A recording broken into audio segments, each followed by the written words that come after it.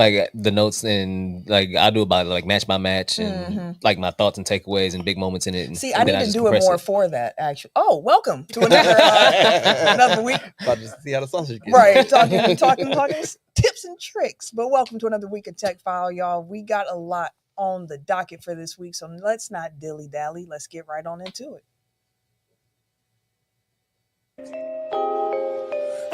Hit him hard, let's go. Red TECK, running back like where's my replay? Got it all in the mix, no DJs. Said it's hard in the game, like he did miscellaneous. Spitting real talk for the entertainment. On the podcast, then the game up and they get stuck back down like a WrestleMania. Tell them that they better get their nose ready at a home city. You know, get it boss, keeping on the low setting. And you know what you say, so we never gotta get tapped on everybody else. Then you get ready. Ain't nobody else doing this like I. Better keep them cameras and microphones out, cause this one's a vibe. Gotta run this race with my tribe. Going live with the pie. Do it like there's no tomorrow. Came to my ear later. Shout out to my point guard. We about to hit them hard. Got them throwing in the tap. Tell the red blow the whistle. This is technical file.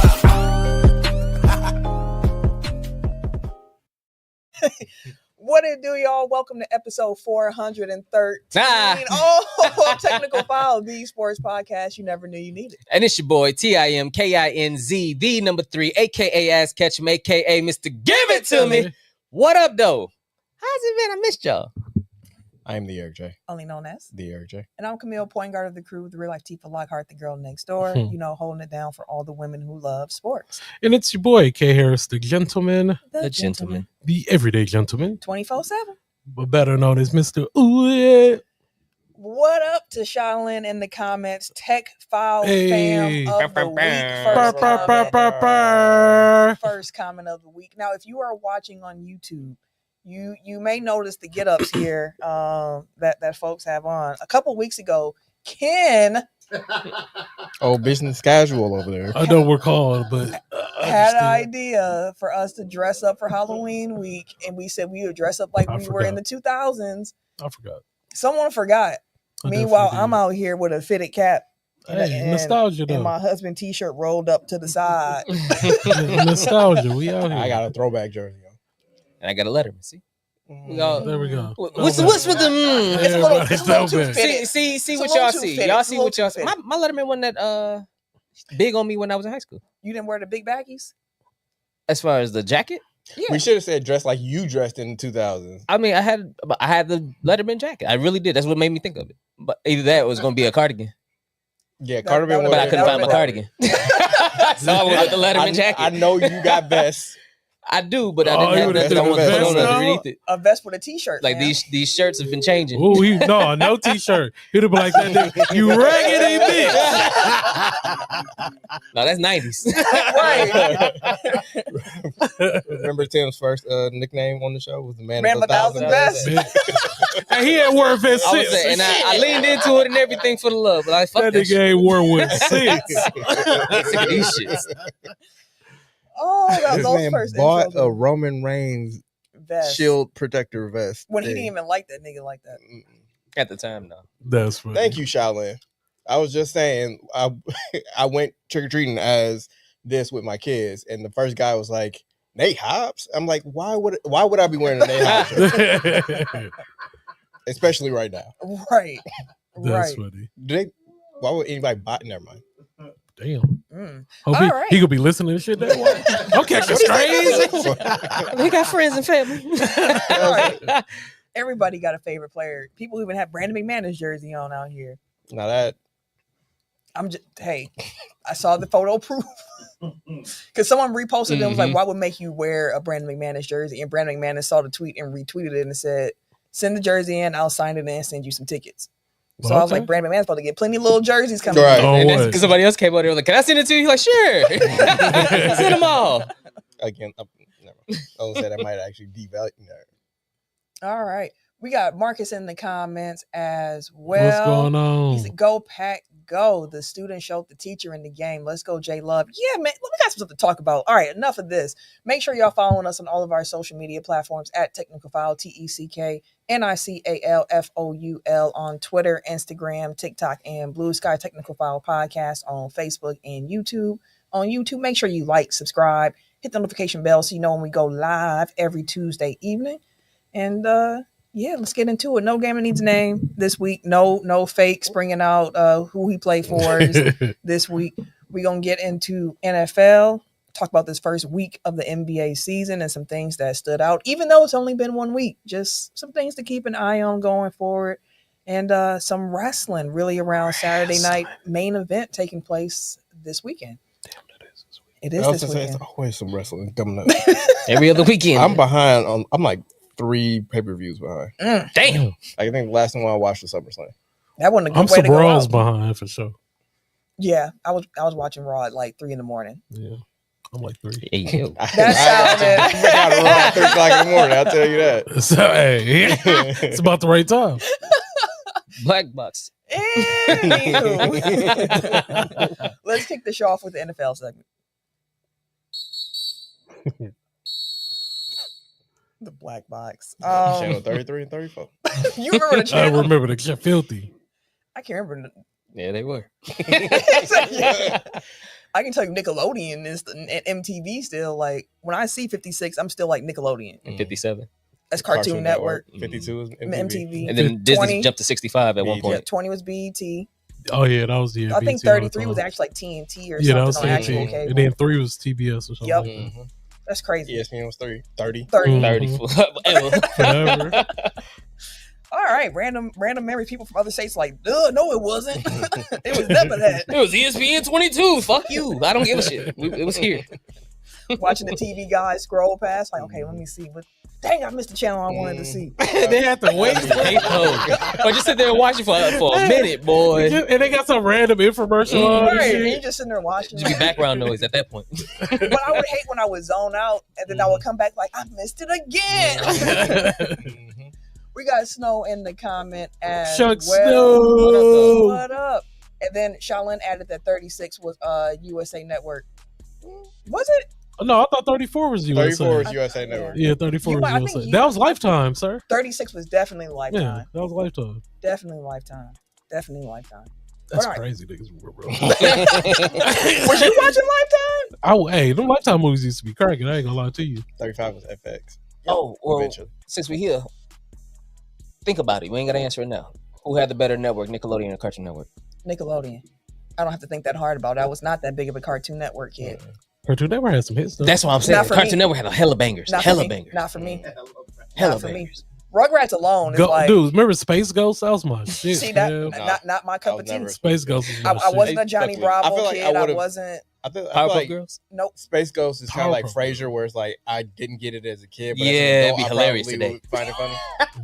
Because No. Frasier, I definitely did Yeah. until I'm older now. Now it's like, man, they was Frasier getting their is shit like on. one of the best TV shows of all time. That's bro. a smart ass humor, dog. Right. No, I'm definitely Nickelodeon. Like I get all the jokes now. Rugrats, Angry Beavers, Hey Arnold, Guts, Hidden Legend of the Hidden Then Temple, you had Doug, Figure It Out. Marcus had Ren and as told by Ginger.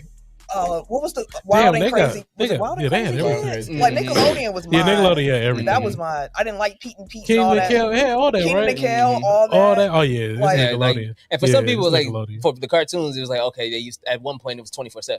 So Yeah. that was the only Mhm. network that was 24/7. So Yeah. for a while, that's all that you as a kid you can only get cartoons at 2:00 in the morning, or See, you watching Raw when at 3 a.m. That's when I finished work. I'm sorry. But I watched Cartoon Yeah, Network we more in the morning when they were playing the old cartoons. Like when they were Mhm. playing Okay. Flintstones and Jetsons, yeah, when they was playing Yeah. the stuff my parents and uncles used to watch. Wacky like Races, He-Man. Snoop or Scooby Doo and I used to love the Scooby-Doo old Kids. And all that. Flintstones was funny as hell for him. I was more Flintstones than Jetsons. I can say that. It's Yeah, the same show as far as I'm concerned. Damn near. Damn he was near. the one that used to get mad, right? That was Fred, right? Mhm. He used to get pissed all the time. Yeah, he was funny. You say Good Burger, Rocket Power, Ren and Stimpy. Okay, the Mhm. comments. Yeah, Yeah. going crazy. That's Yeah. how it is. Nickelodeon all day. Nickelodeon Yes, all day. yeah. I mean, to I help, like to help how those we- in Cartoon Network, well, I'll give you some Powerpuff Girls. Will give you the Toonami Teen Zone, no Titans. Toonami Adult Swim. So you got Teen the Titans. Boondocks and all of them I came will on say there. Aqua Teen Hunger Force. Aqua Teen Hunger I Force. did like Aqua Teen Hunger Force. That was it, yeah. That show Robot was Chicken, shit like Robot that. Chicken Yeah. was kind of What- funny in high school. What was Ren and Stimpy on? That was was Nickelodeon. Nickelodeon. That was Nickelodeon. That was Yeah. my shit. Too. Then you had like you said, like Johnny Bravo's, the Dexter Labs, the Powerpuff They had Girls. some Dexter was You had alright. the Courage the Yeah. Cowardly Not Dogs. for You me. had Was Ed and Eddie on there too? Yep. Yeah, it's That's Cartoon Then you have Network. the Teen Titans, the Ben 10. So like, if you look cartoons, you sure. So I get that they had the rest of the older stuff. I think my husband was more Cartoon Network. I was more Nickelodeon. Rick and Morty. I mean, that's new though. We're talking about when it was 56 and 57. Yeah. That's true. But real quick though, everybody has kids. Bluey is hands down one of the best cartoons ever made. Bluey is Miss fire. Rachel's Place is up there with what's the name's corner to Gracie's Corner. And one thing I will say, since we're also here, you went that route. Mhm. I was a PBS kid as well. This Arthur's goated. Woo!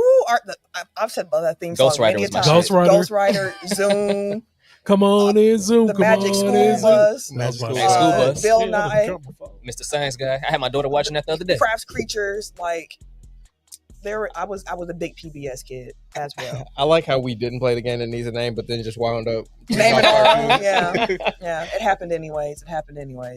All right, let's talk some football. So Sunday Night Football, the Mentor versus the Mentee, Packers versus Steelers in Pittsburgh. Packers pick up their first win in Pittsburgh since 1970. That's God crazy. damn. That's a long time. Packers had not won in Pittsburgh since 1970 when Bart Starr was the quarterback. That's crazy. Damn, man. Well, mind you, they ain't like they play them every year. Exactly. Too, so, There's a yeah. gap, and the Packers Mhm. have beaten the Steelers in Green Bay. It just hasn't happened in Pittsburgh for years. And we got the big one In over in Dallas. right. Big time in Dallas. Not you trying to talk with the water. Triple H out here. Eric H. No, I was saying like the fact that I remember that game was in Dallas. Like it's just my memory. Like I can't remember Sports details for shit, but then I'll remember that the Packers played the Super Bowl in Dallas in 2011. Yep, Mhm. 45. Yep. Some bullshit. It'd be like that.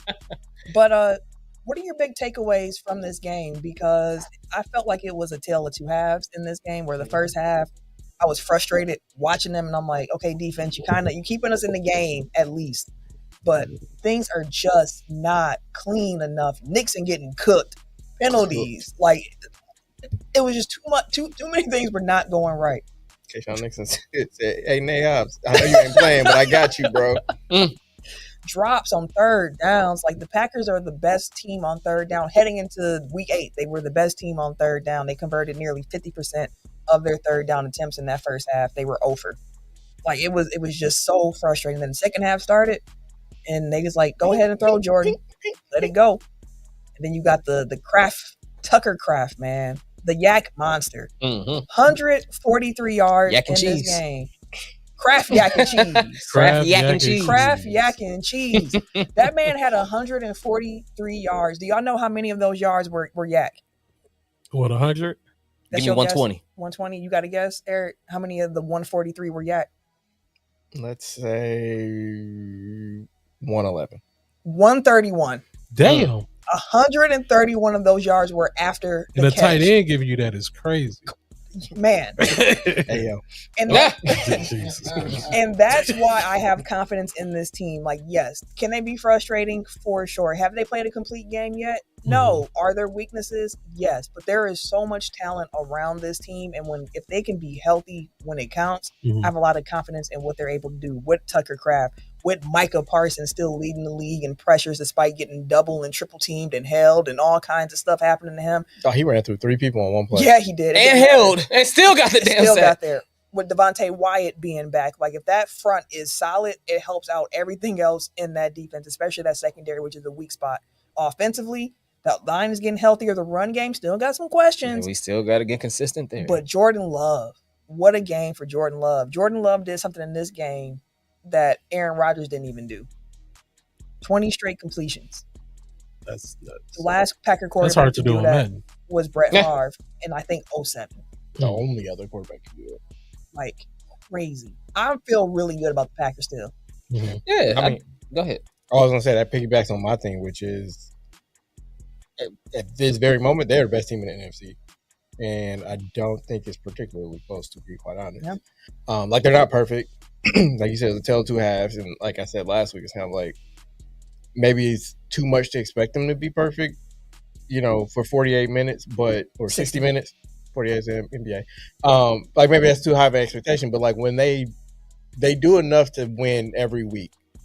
And like that's all you can really ask for. And Marcus has a comment in there saying let Jordan Love do his thing. The run doesn't work. Passing is the key. Like I think that they do need to keep plugging away at the run because it's going to crack. Mm-hmm. Like, we pay him too much. And we know he's good. I think it's more even. He's really good. I think it's more the blocking. Yeah, it's the line. Jacobs. Mm-hmm. Which I think that will get better. Like they have talented linemen. They just need to work at it and figure it out. But also I like sprinkling in Emmanuel Wilson. Yeah, he looked good. He looked really good. And he's looked good for the most part. Like sprinkling him a little bit more like that helps keep Jacobs fresh, which is going to be important when you're playing home games at Lambeau down the stretch. Like you kind of need a run game to grind out some of these wins. So yeah, I think that the fact that they have room still to grow as an offense is a great sign. But like when they need, like they've shown in fits and spurts, like they've shown that they have enough to be the team to beat in the NFC. And we're getting healthier. Well, we're slowly getting healthier. We are. Watson came back. Man. Yeah. And big catches, big plays. Blocking. Big blocking. Missed that but we definitely are a second half team at this point. Like we've been the defense be like first half and then the offense. And then then the second half. Like we can't put two together, but for as far as points go, because all the games that we've been in, we've been second half teams. Yeah. Even like a lot of people are like, oh, Jordan Love ain't looked this good all season. This was his best game of the season, but he did look this good in Dallas. I was gonna say, like, I think Dallas game, those two games are very when they similar. let him sling it. He was just letting it go. Yeah. They also could run with Jacobs. Jacobs put like 140 something that game too. I think scrimmage yards. Yeah, like including passes and whatnot. But you always gonna need that healthy balance because some of the pass plays set up play action. And he's big on play action, getting out of the pocket, moving, throwing shit like that. So we will always need to continue plugging. But yeah, we can kind of shift it up a little bit and let Jordan do his thing a little bit more. I've been more willing to do so too when Reed comes back as well, because then we'll have his full complement, and then they'll be able to put the entire playbook in like they had beforehand. Because even some of the routes, it looked like they be running like they kind of dialed it back a little bit because we're missing the Reed asset of it. Or I think they've just been putting what's his name in it, Savion Williams, Golden too, and Golden too. But then it's like, okay, we want to try to feature him a little bit more on prominent routes and try to get him more touches too, because he's been open a lot too. They still got to get some connections there. They was asking Matt LaFleur about that, I think today or yesterday, and he basically said, if y'all don't shut y'all annoying ass up asking me questions about getting guys, that's not how I design the offense. Correct. Which is what we talked about at the end of Aaron Rodgers. We were like, he is forcing it to Devontae. Correct. Like people are open. Just give it to the open guy. And they have a skill set of receivers too where you can put them in the different slots. You can move everybody around a lot. And I think that helps to the point of like what you said, like when they do get Reed back and how you're able to it's gonna be beautiful. Dobbs has been solid. You got Watson back out there. You got Wicks. Golden. You got Kraft. Wicks has been hurt now too. You bring like they just got some guys. Yeah, I think that people look at football too much through a fantasy lens, where it's like if you're not, getting these 20 points consistently, like you ain't shit. And it's like that doesn't win you football games. And I think that the strength of this Packers team is that they can beat you in a bunch of different ways. Yeah. And like you don't have to, air it out every week to win. Because like if a defense has to prepare for a run heavy game, a play action heavy game, a spread heavy game, like can't key in on one receiver. Right, like you can't keep you aren't like, well, they're giving it to Devontae. Like you can't do that when you're game planning against the Packers. Like I think that is a strength, gamesmanship wise. So it's like I don't stress it. Like if they're winning, like I'm not upset about it. And especially if they're winning and they're being more consistent in the ways that they win, but like being versatile at the same time. If Tim, assuming the Packers have their full complement of receivers, and you're putting, let's say, 3 out there with Kraft and a running back, what would be your top 3 receivers? The top 3 on the chart, so it would be Reed, Watson, and Dobbs for me. Ruck can get number 4. Because them 3 also have been together already under this umbrella for a year. they have a whole new year coming into it now. We've been anticipating them being back together. We had the first game of the season was the Lions. We stumped their ass out with our full complement with no problem. So I'm anticipating them once they come back for them to get back. That's the top 3. Correct. And then if Reed need a little more time to heal once he gets back, because he probably will get his feet back under him. Yeah, put Golden in there and stuff like that. But then once it comes back, like I feel like everybody has noticed a distinct difference. Golden is still learning. This is still his first year. Right. Mm-hmm. Reed's already been here a couple now. It's football, so you can never expect that you're going to have your full complement of anything. That's true. true. So it's like have as many options as possible that you can throw out in as many combinations as possible. That's all you can really hope for. That's very true. So that's why I would throw out just the consistent ones initially, and then Rook got to step in. Cool, but we have a first round pick to step into that slot. Yeah, and we know that Love trusts him. So. Ken, before we turn to your Bears here, do you think that the Packers are the best team in the NFC right now? As of right now, yes. Like, unfortunately, better than my Bears. Like, better than my Bears for sure. The only team that could come close to them would be the Lions right now, but I feel like they're way better than Lions now too. Not the Eagles. The Eagles? Eagles, Buccaneers. There's some comp, but I'll put the Packers up against any of those teams. The Bears, though. Mm-hmm. Last week we were in here talking about Bears Ravens and being like, "Hey, I think the Bears gonna get this one." Ain't no Lamar. And during the week, I was like, "Ooh, is he actually coming back?" Then they pump faked and they got in trouble with the league too. So, nah, that ain't gonna happen. You got the backup still, and the Ravens still found a way to come out on top of the Chicago Bears in this game. And what were your immediate takeaways from this game? And as you think about that, we got someone in the comments saying, "Hey Tim, they need to borrow that jacket." Yeah, I told them that jacket is fine. Oh well, thank you. No, that's nice. when we went to the game, right? Yep. Yeah. I think Sam got it for Christmas. Yeah. Yep. I was texting her like, "Your husband love this jacket, girl." I don't think they got it no more either. No, that's how they do all the sports stuff. You get something one season, and if you don't get it, it's gone. That's all I see. I was like, I need that. Dog, it's this Packers cardigan, one of like the throwback ones. It is so cold, but it is like $135. And I said, for one cardigan. I said, sorry, damn, can't do it. But the Bears. Also, where the fuck do you wear a Bucks themed cardigan to? Like, it was a Packers cardigan. Or sorry, either way. This particular cardigan you can get off anywhere. It was very, very clean. I'm gonna find it while you talking about your Bears. Well, the first thing that pissed me off the most about the Bears. The first thing that pissed me off. Let's your grievances. The defense really pissed me off. Like, it was like they forgot assignments. They forgot how to tackle. It was a whole bunch of missed tackles. It was a whole bunch of leaving cats open. It was like we went into this game like this is a game that we should win because they don't have Lamar. Yeah. Of course, like they are good enough to pull the type of win that they did pull off, but I felt like our team was better than that. But we didn't play better than that. It seemed like we kind of played down. Can I ask you a question? Yes, ma'am. Do you give your defense any leeway because your secondary was really hurt? Like our secondary is killing y'all us. Y'all are banged up really bad in the secondary, but I don't think that was your biggest problem defensively. No, I wouldn't. Y'all couldn't stop the run. Like that's what I'm saying. Dribbling them niggas up the court, killing us. Like we literally had no answer to anything, and then Derrick Henry now decided to just like, all right, I'm Derrick Henry again. Like, like you wait till you play the Bears to do this shit. He said, I ain't fumbling this game. But yeah, it's disheartening though to lose against a Lamarless Ravens team. Yeah. Like going into it, like, okay, we can win this game. But then just seeing how we lost. Like if we would have lost maybe by a field goal or something like that, I'm like, okay, cool. Like the Ravens actually put something together. Like they actually beat our ass from beginning to end. And like that's very disheartening. I'm not gonna say it's cause for panic or anything like that. I feel like we'll bounce back. But defensively, we got to get it together. Caleb played a decent game too. I want to always give Caleb his props because they be killing my nigga. They do. He played a decent. He played a decent game. He only had one interception. Like he can't get shanked. Because people talk about him like he is like trash. That pick was atrocious. But that's what. Oh, it was only one. He ain't been throwing picks all season. But it was big. He due for that. He is due. He was due for that pick. It was a really bad, poorly. Yeah, it was trash. It was a bad. It was a terrible pick. Because the decision wasn't bad. The throw was off. Yeah, it was a throw. And that's the thing with Caleb so far this season, where like a lot of his decisions, I don't think they've been bad. It's just like sometimes the throw itself is just off. And you'd be like he'll have a dime and you'd be like, woo, back of the end zone.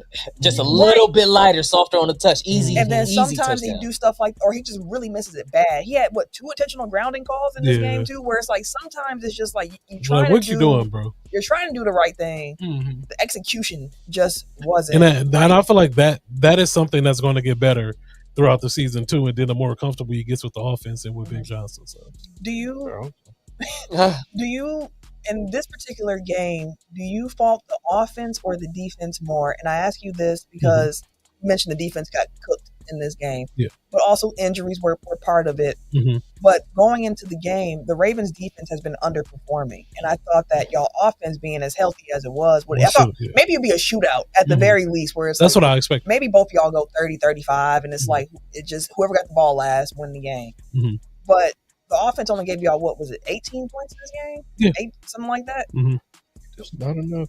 Yeah, do you fault offense or defense more in this game, even if the defense was expected to be bad against a backup? Yeah, I think I do fault the offense, and because we played it too safe or too conservative. With Big Johnson, with Big Johnson, I'm seeing like there's no in between. It's either like, all gas, no brakes, or then he be timid to like what he can do. And I'd rather just Said that sounds familiar. Yeah, and it's just like, let's just go. Like, we've been going. All of a sudden, now you want to like take the gas off. So I don't know. That's frustrating. And we still don't know what our fucking offense is. If you really think about it, we don't have a identity offensive. So it's like, who are we as the Bears? Like, what is our offense? We don't even know now. Yeah, because for years it was run first. Yeah, but now it's like, Caleb threw almost 50 times this game. God. That's a lot of times I had Caleb throw. Yep.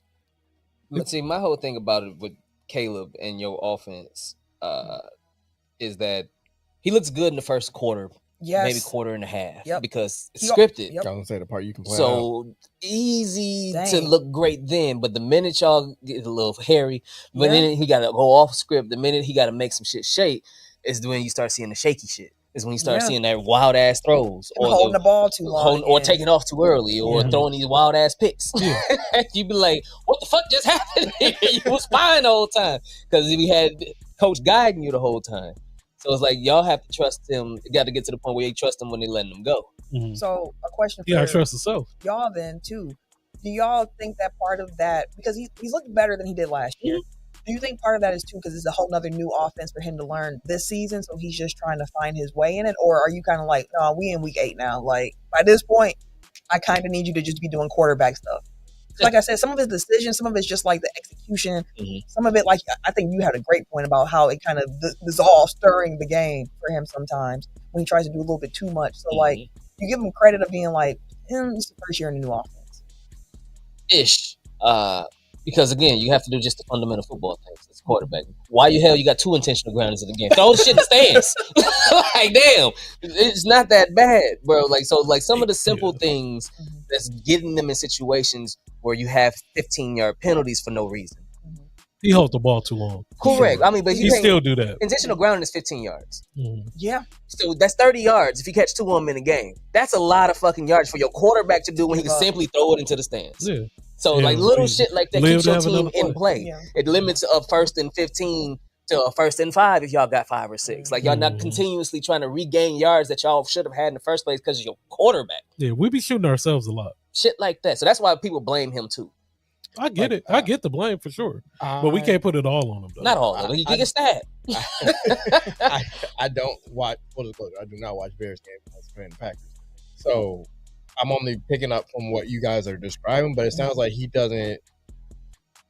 I don't want to say he panics, but it just sounds like it's kind of things fall apart when he isn't in full control, which is like, I don't know if that's necessarily a learned trait. Like you kind of, like some people are cool under pressure, some people kind of panic, and it's like you kind of are who you are. Who you are in that sense. Yeah, that's a very, very fair point on that one. We have a comment that said, Ken, I heard some Bears fans are blaming the refs. Would you blame the refs for this loss? I can't blame the refs for the loss because you should never put yourself in a position that a referee can dictate you taking an L or you taking a win. So I'm not. There were some calls. That one for sure. There were some calls, but I can't put it all on the refs. And I don't never feel bad. We still didn't play good enough to attempt to even win that game. So, but that'd have been, y'all would have had an attempt to win that game though. Yeah. Had y'all got that actual call, y'all would have had an attempt to actually win the game. That's right. Yeah, but I still Kinda, I'm not that. I'm not that guy that blame the refs. You'd have had a shot at it. It did not help us at all. I'll tell you that, but I'm not going to say that because we could have made a better play, or done more, and got back in there. So.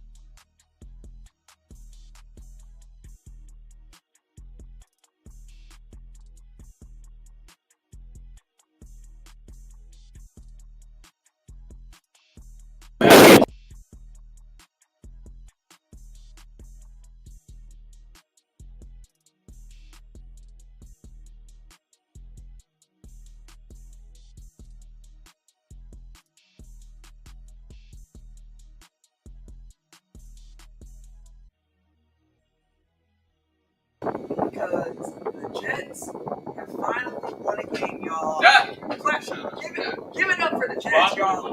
Finally won a game. Participation. The last analyst team that went with the ball. Yay. Over there, though, so yay. 39-38 victory for the Bengals. The Bengals will run off with that one in. No, you're not. We're going to win this one. Joe Bowen and Hey, I was just saying that. Hey, he said Jamar Chase. Jamar Chase. Yes. Higgins be getting his work too. Sound back. We good, y'all. Everything good. Hey. It should be. We should be back in the building now. We Some out technical here. difficulties here. That's what we talked about the Jets right now. Yeah, while nobody we're care trying about that shit. Hold on now. back the audio. Nobody care about that shit. We good. I seen some goods back in the comments. Audio's We back. all We good. good. Hey, We back good. brr. See, thank you, Jets. Thank you for filling up time. Thank you, Jets. For I filling did up see time. when ESPN was talking about the Packers Steelers game. They said now the Ravens are the favorite to win the NFC North. AFC North. They're only like 3 games behind. That's all I was like, when we was talking about them earlier, I'm like, depends on how this go, but they got a shot to still be in that motherfucker. I mean, we all wrote them off at when they were like 1-4 or whatever it was. Cyril Sensei, the mics hurt Jets and cut off. Right, took the motherfucking. Ain't nobody trying to talk about them. No, fuck is this? But no, all right. Now that we talked about the loser, Damn. and shouldn't say it like this because there's now 3 1-7 teams in the league: the Jets, the Titans, and the Saints. And that's what we all. Those guys stink. Knew 2 of them would stink for sure. It's like damn. Knew 2 of them would stink for sure. Yeah, Which one one didn't New you? Orleans. I thought the Jets would be a little bit better No, than what New they Orleans. New Orleans, I knew. They garbage. been. We knew they was gonna be bad. Yeah, they Titans horrible. too. That's why when Shells in the preseason was like, I think the Titans gonna be good. And Yeah, he no, walked they it was back a right dumpster away. We juice. were like, nah, brother. Immediately. Yeah, that's Booty crazy. sweat. Like the Wasn't that from Tropic Thunder? Yeah. I love the booty. The booty boot. Yeah, man. Brandon T. Jackson was wild in that movie. All right. Whole movie. That whole movie was wild. That movie is hilarious. I don't care what Funny nobody as says. fuck. I don't care what Robert nobody Downey says. Jr. Hilarious. I was know hilarious. blackface. He went crazy, dog. That Dog. motherfucker went crazy. He was made for that. That bro. is my He couldn't wait. number one pet peeve. It is not blackface. Like He was a the dude disguised as a character dude. playing As a another kid- dude. He, Yeah. He said it in the movie. I'm a I'm a dude. dude playing a And a dude dude disguised as another dude. and I don't drop character until the movie commentary is done. And if you actually bought the He DVD did and it. watched the commentary, he was in character the entire movie. And when the credits rolled, it was finally Robert Downey Jr. He was wilding the whole The movie. whole I didn't even know that was Tom Cruise into the motherfucking Me credits. either. I lost it when I figured out that was Tom Cruise. I was like, that whole movie Random was wild. cameo and shit. Dog. All right. One of my favorite random movies. I gotta go back. I have not seen it in a long Please time. watch. There are so many little things in that movie that make me laugh. gotta go Like back and when watch Ben it. Stiller was kidnapped and he come outside and he This gets the is- sun for the first time. Yeah, He's oh like, yeah, the rosy cheeks and shit. He's funny as hell. it's the way he like flinched into the sunlight that makes me laugh every time when he throws his little fake son off the bridge and the body just keep tumbling and tumbling and tumbling. And then the little kid just sit there at the end. Hilarious. No, when you watch it back. The baby stabbing him in the neck while he's trying to run back to the helicopter. It took me out. I was like, dog, he thought it was I have to go back for my son. And then he's like, come, leave him. getting stabbed.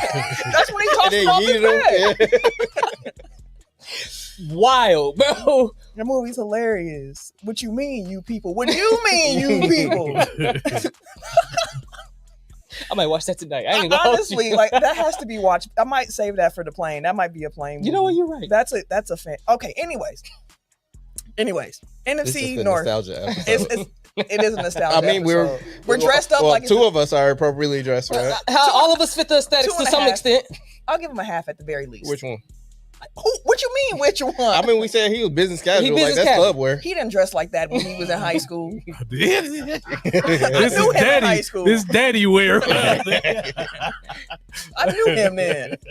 I'm just imagining Ken I was going to the preppy. club in church clothes. He used to have a double polo. He was a double Yeah, polo. I was double dude. polo nigga, fam. Hot as a bitch in that mother. For no reason. Washing hella clothes for no reason. Why I look like you wore a week's worth of clothes? I did. I did. 2 days.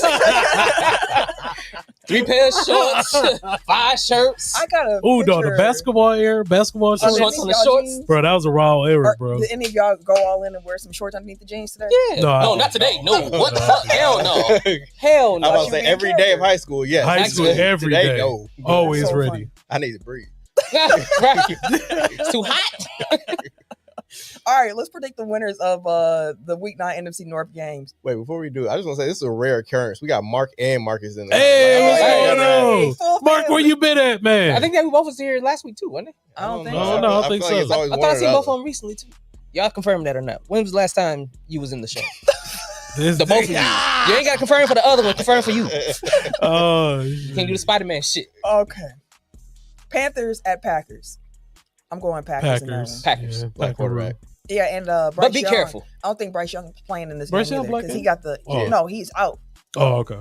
Jordan Love, the black quarterback. Yeah. But be careful. Yes, this is definitely be careful. Because they can run. They have a good I was running at there. backs. Yeah, I was going to say they run game Because crazy. Dowdle is still kind of doing his thing, even though Hubbard is back. Yeah, Hubbard. Yeah, they've been doing a 50-50 run. Mhm. And both of them can gas you. So it's going to be a good test for the Packers run defense, which has been pretty good this season. I know it was top in the league for a while. I'm not sure if they're still I think one. now that Wyatt's back, it's going to go back It's going up. to go back up. Yeah, for sure.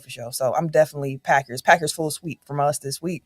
Bears at Bengals. We just talked about how Joe Flacco out here slanging it. I got the Bengals. Pause. I hate it. Pause. I hate it. I want to say the Bears. I'm going to say the Bears. We got to bounce back. We got to dude, no, but to see how they played against the Jets, Y'all ain't got no Hey. corners. the Bengals, Oh yeah. Oh, and it's Dog. Jamar. And Jamar Chase. finna go Damn, crazy. I didn't think if it's a shootout. it's going to be this all game. Bro, he just had 19 Throw that targets last game. motherfucker. plenty giddies and Throw whatnot. that motherfucker, man. Dang, I'm changing. No, Bears, I'm gonna let's go. change it to Bengals actually All right. for that. Flacco, you think it's sweet? What you Watch mean? what's Y'all ain't gonna have no happen. pass rush against? No Hey, pass man. rush or We pass. finna turn it around. Stop us. Let's get it. Bro, We have to win this game. Chase is finna have Like, 300 that's where I'm yards. at. That is Ain't true. no, we don't have time to lose this game. We have to win But the this Bengals game. are also in the running for the They just North. put up 30 something. Joe been putting up They put 30 up something like since he got 38 over or there. something like I feel like, Jamar gonna have like 15 targets. oh yeah, And for I don't sure, know minimum. if y'all For gonna sure. be That's what I'm saying. He able just to- had 19 on Sunday. For sure. He just had 19, bro. Like, yeah, They for also sure. have no defense, so offenses get it together. This is gonna be a real This shootout. will really be a shootout. Like, Should be. Okay. And then last but not least, we have a divisional game. We have the Vikings at the Lions. I'm going Lions. Yeah, that's an Yeah, easy Lions. Lions. That Vikings is sinking. Easy line. Sinking. Big Sorry, sinking. Dwayne, but yeah, y'all. Carson ain't. I know JJ's coming back, Yeah. but y'all can't stop the run or the cold at the You said moment. what's popping? And y'all in the cold, like it don't What's work poppin'? out. This tickles you? What's popping, Shells? What's popping? Again, it's 2000s. It is, it's 2000s. That's what made me laugh. I was like, he got the memo You got to come in there for shizzle nizzle. for shizzle dizzle. Waza. Dog, that shit was hilarious, man. That was my shit. That was that What's took up and over. 7 Up yours? 7 Up yours. Make 7 up Up yours. It was yours. what's the name? Jones. What's his name?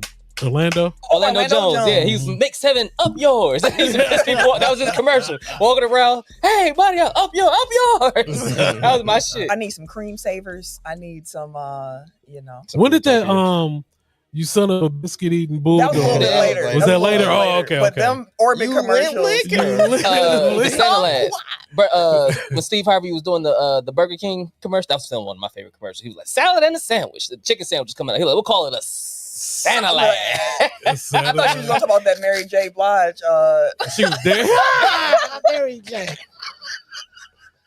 That was Burger King too. Yes, it Yeah, was. a lot. She was singing about them crispy. She was singing hard as Hey, that's hell. when they put money into their ads and marketing. Oh, No, that shit. commercial did not have money put on it. They Dog. had her in a green screen and then put her in a Burger King with lights on her. She was singing her soul Singing out. hard as hell. Singing dog. her soul out about They- that chicken wrap Dog, sandwich. they got the queen out here, bro, singing hard for chicken. Dog. We gotta love ourselves more, man. Dog, I wonder Oh, how man, big it's the bag hilarious. was for Mary J. Blige. Oh in that no, one. it had to Because be. I gotta find it. I'm It sorry. had to be. Remember, YouTube, if you bleep out this 30 seconds, that is fine. by McDonald's me. had an R&B type commercial. They too. did, but it wasn't like this one. Yeah. Like the Mary J. Blige The one was worst one, flagrant. the worst one was Jerry Rice with the chicken on the. What's in those new chicken snack wraps? What's in the new chicken snack? Mary? Hey, she was getting off though. Crispy chicken, fresh Oh. free cheeses, fresh rices, Crispy chicken. We gotta kind of talk over it so we don't. That's funny,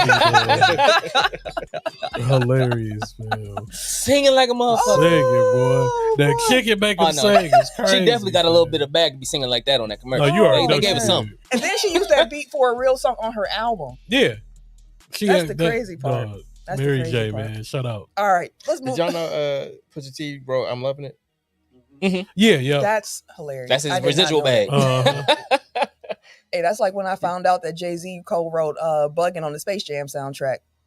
That's a real deep cut. We going nostalgic. Space Jam soundtrack's one of my favorite soundtracks, and the last song on the album is Bugs Bunny rapping. Yeah. Oh, what? I can't. Oh, and y'all Hove? look it Hove up. wrote it? Jay-Z wrote it though for Bugs Bunny. Oh, so what? it's Bugs Bunny rapping Jay-Z bars. That's crazy. So See, now I got to go back and listen I'm to gonna it. tell you when you get in the car on the way home. I'm telling you. Is Kyle Duggar good? Yeah, Yeah. he's been good for a while. Okay. All We they got traded did to was the replace Minka because they traded Minka Fitzpatrick for Jalen Ramsey. Yeah. And So they now also, they're going back to get a safety. their safety just got hurt in the game against the Packers though. That's Yeah. the one who Like had Elliott. messed his leg up. So they had to go and get some more reinforcements. See, I missed the opening of the game last week. I didn't know Peacock shows. Oh, Peacock shows everything. They showed the starting lineups. They give you the theatrics of it all, which I love. So let's talk about some basketball with this game getting started. Actually, Basketball. I want y'all to fill in the blanks here. Okay. This is the sentence. Okay. I know it's only been 1 week of NBA basketball, but fill in that blank. We going up this motherfucking season, boy. They putting up the shots. They putting up the buckets. They putting up the numbers. We are going to be setting records this season, is what I think. Yeah. I think that we're the first week of the season had a historic pace to it for several different players. We've seen a lot of shit. We have. Wemby makes history, Woo, points, Lord. blocks in the first 3 That's games. crazy, fam. Luka. Wait. We can't not just. We can't. Yes, that's true. That's true. Wemby. Oh my God. These are problems, He has so many different highlights already. Dude. The one that really got me when he blocked the shot at the rim. Yep. Then Twice. he blocked it again. And I thought that's where the clip was going to No. end. It did not end there because then they pushed the ball up. He gets He the ball in pushed the ball up. transition. Right. He gets the ball in transition because he blocked it to somebody and they gave it right back to him. He pushes it up. Pull up deep 3. Damn near logo. I just dropped my phone at that point. How you guard that? Because he's 7'18" at this point. Because he grew 3 inches over I think 2 or 3 inches over the offseason. They say he like 7'5" now for real? He does stuff that he had a layup last night. He did a 360 reverse Yeah, that layup. was crazy. Yes. Oh, damn near standing up. Just standing up. The Like, playmaking. if he stays healthy, Oh he my will break God. the NBA. Yeah, he's gonna be crazy, dude. Like the stats he's putting up already, the numbers he's putting up already. Like he don't have the rebounding joint in there to because Giannis has those. Giannis leading the league in rebounds right now. Yeah, he is, but he gonna get that damn number. He gonna get that damn 15. Hey, Giannis might. This year, fam. Giannis probably put up like 17. That nigga is doing 20 a game. Listen, but he putting them up there. And then the comments going crazy about Wemby. You can't create that guy on 2K. So here's the thing: on 2K this year, they got 7 4s in the game, was right? Doing the same shit, and they was doing some stuff, and it would piss you off because you try to block their shots, you try to contest their shots, and it would be open. And you be like, what am I supposed to do? We lost games, nigga. 3 of us. It's a game on winner the corner where Tim played hell of defense. And the 7-4 nigga just shot over. Fading away. You hear no timeless. And you can hear all of us in the clip going, what? Wemby does that in like, real life all the time. And that's why the video game version is like, it's crazy because like it's like people shouldn't be able to do this. Well, I mean, like the fact that he like dwarfed Anthony Davis. He made Anthony Davis game. like a G leaguer. He smoked them niggas, bro. Like the number of, like, I think somebody on ESPN called it dad blocks. My man's was getting he was dancing all night. I bet he was complaining after the game. Send a letter or something. This can't be legal. Drug test him. This can't be legal. Like, ain't that AD? He's like, yeah, that's him. Yeah, my man's looking foolish. He had 4 fouls, fam, by the second quarter. And it was just like, fam, ain't shit he could do, fam. The Mavs are nothing but bigs, and he still got 15 boards on them. Crazy. That's what I'm saying. Like, if any team is built to kind of withstand Wemby a little bit, it should be Dallas. Mm-hmm. And no, they were not. No. They were not. Cleveland got the next best shot, It was maybe? an ugly game. Man, I saw. I mean, Giannis defends Wemby pretty well over the last couple of years. He but we gonna did. see. Well, that's what I'm saying. They only played. I know. I'm saying like this gonna be win a, at 2.0. this gonna be a test. This gonna be a test this year. But I saw a joke. It was like a Harry Potter epilogue that they put together, and they said that Madame Maxine had a little fling with Hagrid, went back to France, and now her son is Wemby and NBA playing for the Spurs. And I laughed so hard. That is a Harry Potter. If you are a Harry Potter fan, that is very funny. But all right. Again with history. Try to run them down real quick. Luka became the first player in NBA history to open the season with back-to-back games of 40-plus points, 10-plus rebounds, 5-plus assists. Giannis became the first player in NBA history to open the season with 100-plus points, 40-plus rebounds, 15 assists through the first 3 games. Aaron Gordon joins, yes. Aaron Gordon for the Denver, yes. Aaron Gordon joins Michael Jordan 2 times, Kyrie Irving, Anthony Davis, Elgin Baylor, and Wilt Chamberlain as the only players to total 50-plus points in the season opener. And VJ Edgecombe, my run for Rookie of the Year, most points in the first quarter of an NBA debut. LeBron was 14. He had 14. LeBron was 12. Most points in the NBA debut since Wilt. He had the third most at 34. Like, niggas is running. I got another one more too. Which one you got? You got this one? Nope. Okay. So this is the most 40-point games in the first week of the NBA season in NBA history. There were 16 40-point plus games in the first week. Hey, man, entertainment. Give it to me.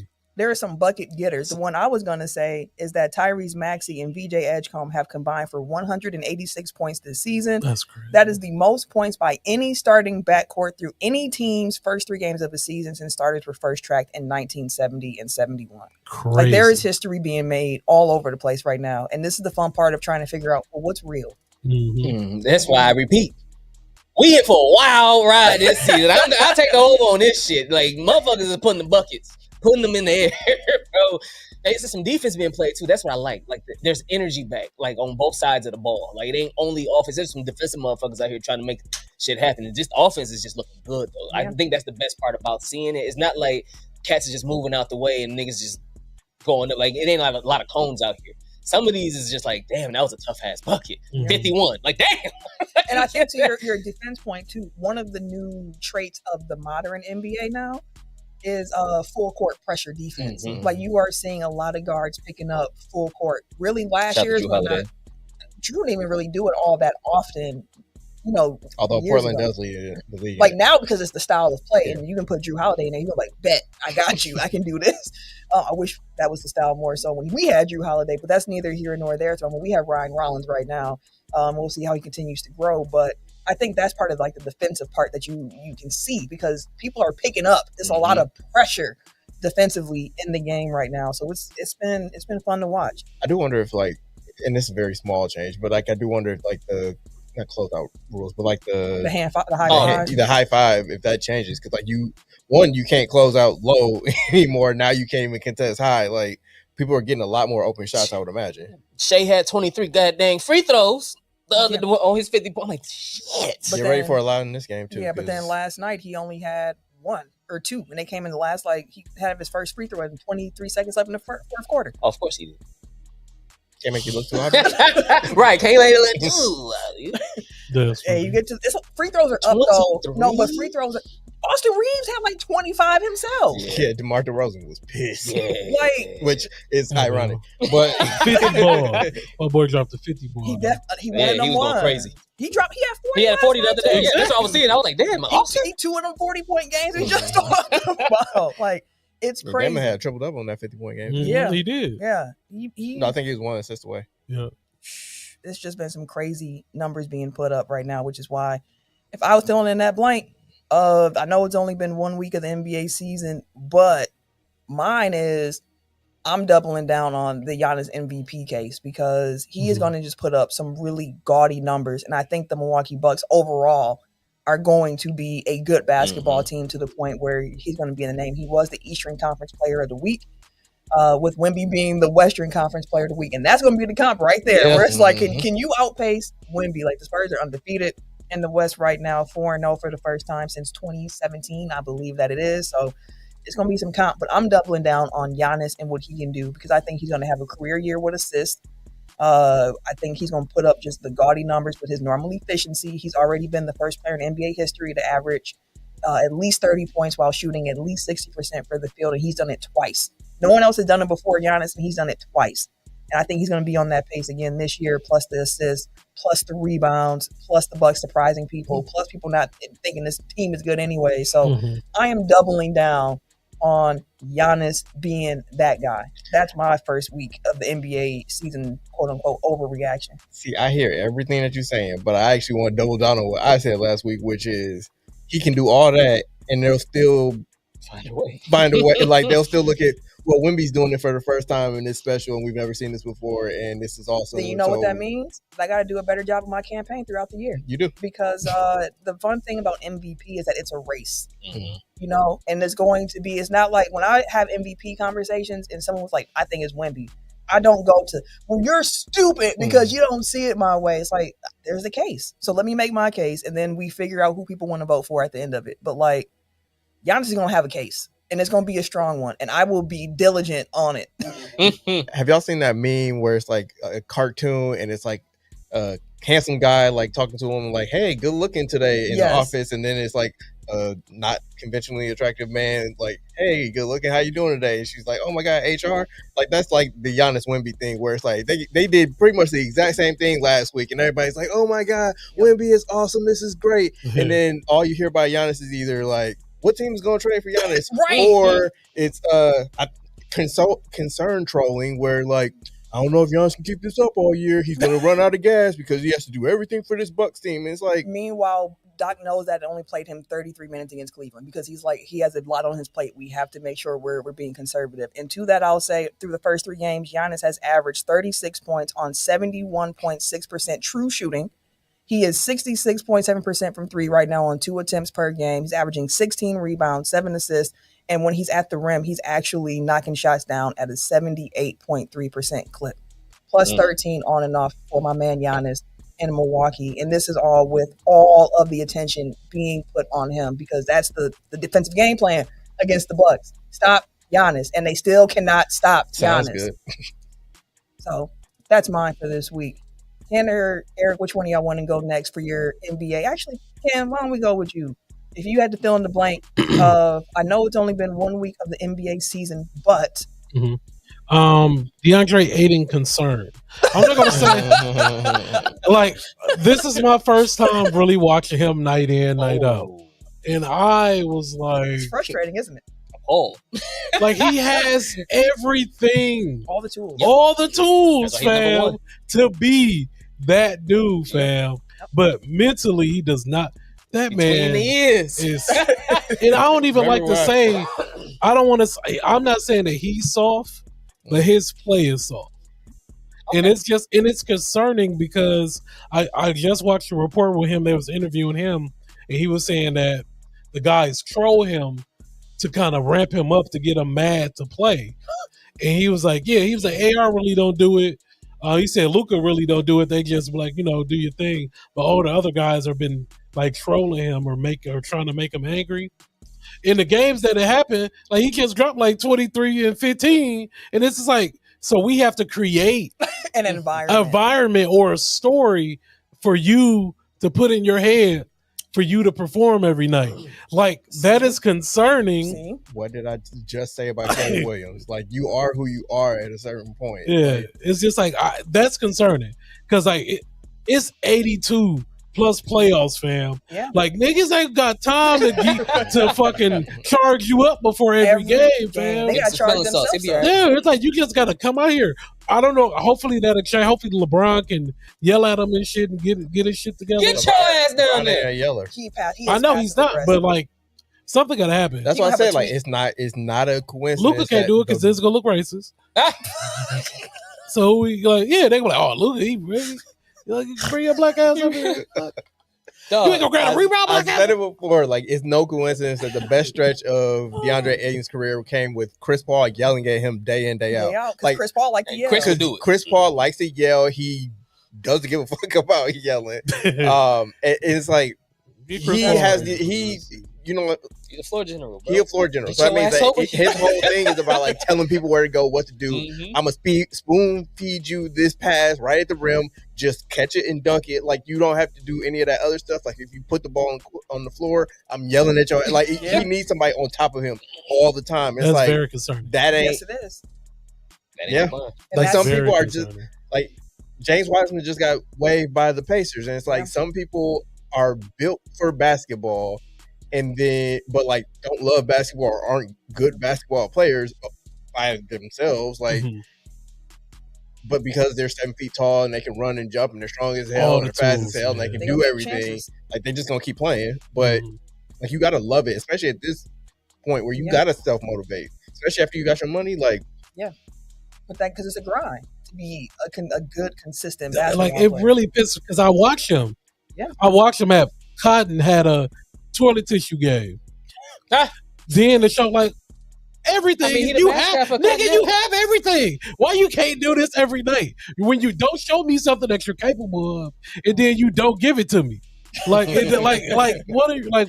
I don't Kevin know. Garnett and Uncut Gems. Why the F you showing me something if I can't have it? Yeah, it's just like, come on, dude. He literally has all the tools. That's what I was saying about Ayton over the summer. I was like, I don't like players with questionable motors. That's one thing for me. I cannot get with players that got a questionable motor because I'll take a guy that's less talented that's going to give you 100% effort every single time than a dude with all the talent in the world who just ain't got it in him. Ain't got it in him.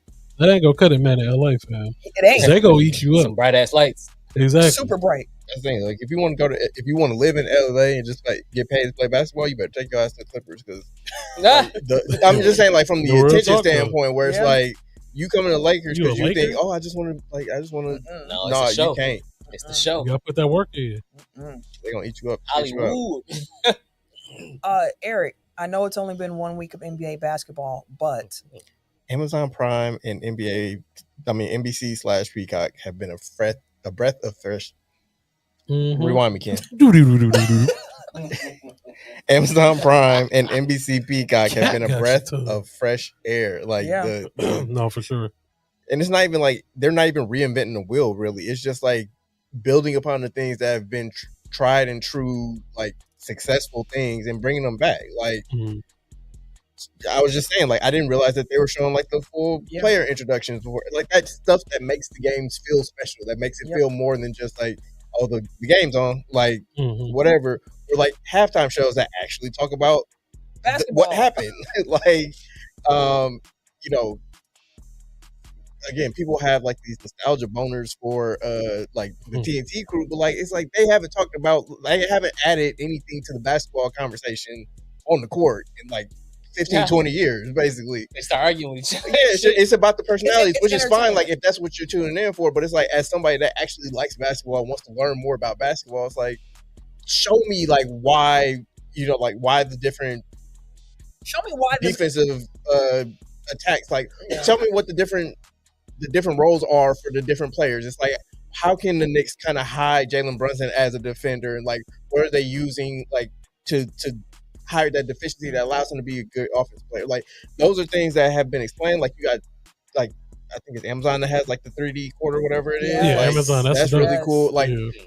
again, just having people on that seem to like basketball, like, and not just airing grievances about players that they do or don't like. Yeah, seeking them wrong plays and being like, okay, this is exactly why it's tricky if you get dribble penetration and you don't stop ball up top because you're bringing help from the corner here. And now you have to, like, being able to explain the game in that way is fun. And I will say this because Shells had a comment that says, Inside the NBA is just a weekly comedy show to me.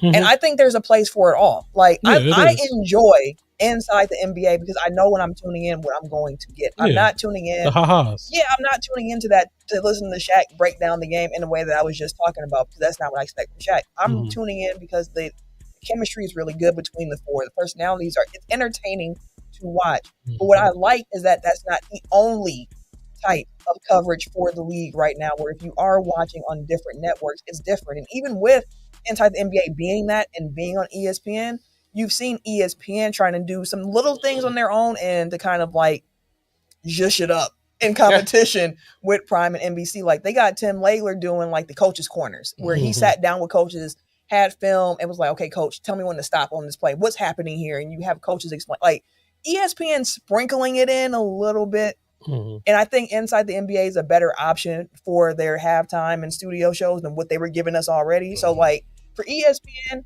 it makes sense. It works. But I love that Prime and Peacock are adding more basketball conversation to the whole dialect. So I do have a follow-up question. And this doesn't have to be a long, in-depth thing, but like we've had a week full of like the new coverage teams and whatnot. Who do you think has the best lineup? Like among Amazon, NBC, ESPN, like who has the best studio show? Which I can kind of read them off. So I'm thinking NBC right now. I think so. Yeah, I'm leaning towards NBC. So NBA on Prime has, as their play-by-play guys, they have Ian Eagle, Kevin Harlan, Michael Grady, and Eric Collins. For color commentators, they have Stan Van Gundy, Brent Berry, Del Curry, Jim Jackson. I think they also have Candace and D-Way, right? I think they're on the studio. I mean, I think they're both because they were calling the game on Friday night. You're right. Sideline reporters, they have Cassidy Hubbard, Allie Clifton, Christina Pink, and J.D. Dyer. Their studio is Taylor Brooks as the host, and their analysts are Blake, Dirk, UD, John Wall, Rudy Gay, Kyle. I forgot Kyle Lowry's done both this year. And then, it says hybrid analysts, Dwayne Wade, Steve Nash, Candace Partner will service both color commentators and studio analysts. And then NBA on NBC, their lead broadcast team is Mike Tirico. Mike is tough, man. Yeah. No Kevin Eagle. Harlan is too. Yeah, Kevin Harlan, that dude. So we got two Eagles competing? Yep. Yeah, basically. Father and son. Competing? That's funny. Yeah. Analysts include Reggie Miller, Grant Hill, Jamal Crawford. Also heard Austin Rivers on the game yesterday. Austin Rivers is actually really good. Yeah, he is. Like, I was surprised at how good. But he was on I'm not ESPN doing good too. Like I'm not surprised because Doc is daddy. So like Doc is really good on TV. So that Doc makes is a TV darling. That is very true. Where was I at? Reggie Miller, Grant Hill, Jamal Crawford, Austin Rivers. Then they got Zora Stevenson. Shout out to Zora. As a sideline person, they also have Derek Fisher is apparently part of the thing. Remember the episode you got fished? yeah. Shout out to Matt Barnes. Shut up. He's also good on TV. Like, yeah, he is. Yeah, he's really good on TV. Yeah. But their studio analysts include Carmelo Anthony, Vince Carter, Tracy McGrady. They have Maria Taylor as their host. And they also have Michael Jordan as a special contributor. So I think he's just coming in doing the series. Yeah, that Michael Jordan is like I think it's gonna be one tonight for Michael Jordan too on Tuesdays, where it's like, okay, like that first one. The fact people are like, "Oh, you lying? You ain't shooting no free throw." No, they ain't do it. And then someone found like, "No, this was my Airbnb that he rented, and here's the footage." And when you watch it, you can see the genuine fear in that. Oh shit! When he got to the free throw line, he said, Stop, bro. I ain't do this shit. I'm still Mike though. It was real. That's something like getting older. Like this can be a conversation for another podcast because we're not Michael Jordan old, but we are at this age now where we seeing 40. Like 40 is closer than 30, and For sure. It's gonna be, we're gonna have some nostalgia. like I got hit with a 15-year college reunion email. I said, What? 15? That ain't nothing. 20-year high school. Exactly. well, I mean, it's all 20. line to line, but like it's aging is interesting. Wait, when did you get hit? Oh, Oh, yeah, it's real out here. because we can rolling up on 20 soon. I was 07 for high school. Yeah, So yeah, 2 20, years away. 20 is 2 years away. Yeah, we're all right. Oh, five. Oh, five. Over there, like, let's not have this conversation. I was talking to my boss about like my daughter's getting braces, so I'm like, yeah, a lot has changed in the 15 years since I had braces. I'm like, no, it's been 25. It's like, I feel like I shouldn't have been doing anything 25 years ago, but But sure you enough, were. yeah. But you were. It's crazy, man. It's crazy. 'Cause I'm But 25. Like I shouldn't even have 25-year-old anymore. like my father-in-law, he always be like, I'm 35, and I'll be like, I love that for you. I love that. I love that. I love that for you. You know, anytime I try to move, I was gonna say run, but no, it's movement at this point. I'm reminded very, very sharply, like, no, you're not 25. Just pick your favorite age and stay there for the rest of For your your, life. right. Oh, what? Do you stretch? I try to. Okay. I would say stretch, like, you probably need to stretch like twice a day. Yeah, I Get my some neck is yoga fucked up. in. Yeah. Like twice a day. But all right, real quick, because what I wanted the NBA section to really be about was basketball, because that's the fun part. That's the part we love. But the NBA is mirrored in more controversy now with this latest gambling situation. The FBI coming through, arresting. Damn. Like, golly, Giannis. Travel. I don't even care. He punched on him. Arresting Blazers head coach Chauncey Billups. Not Chauncey. Arresting Terry Rozier. Was Jonte Porter as well. Different cases, I believe.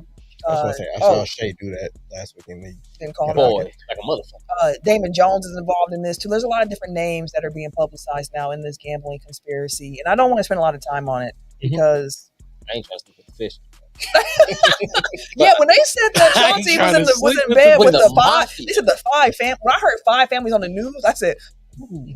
So, my only thing I'm gonna say about this, I seen a whole bunch of NBA players. I just didn't see who they was in cahoots with. That's all I'm gonna say about that. Leave it there. He said, I don't want to. That's all I'm gonna say. You ain't wrong about Who that is one. Kahoot looking at?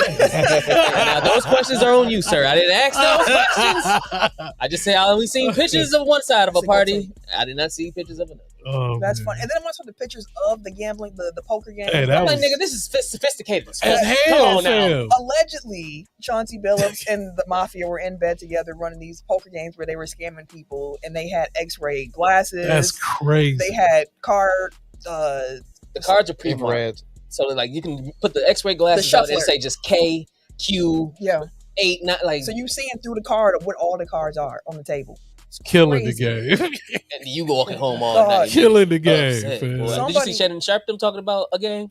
Mm-mm. He was on his pod talking about they was gambling He one wanted night, to shut and he was like, right, but he was like they was gambling one at somebody's house. He was like, I won't say who it was. He was like, but we was shooting dice, and he was like, we hit a 4. He was like, oh shit, well 4. You know, you walk out of that one, they ain't hitting that again. He was like, he just kept hitting that motherfucker all night.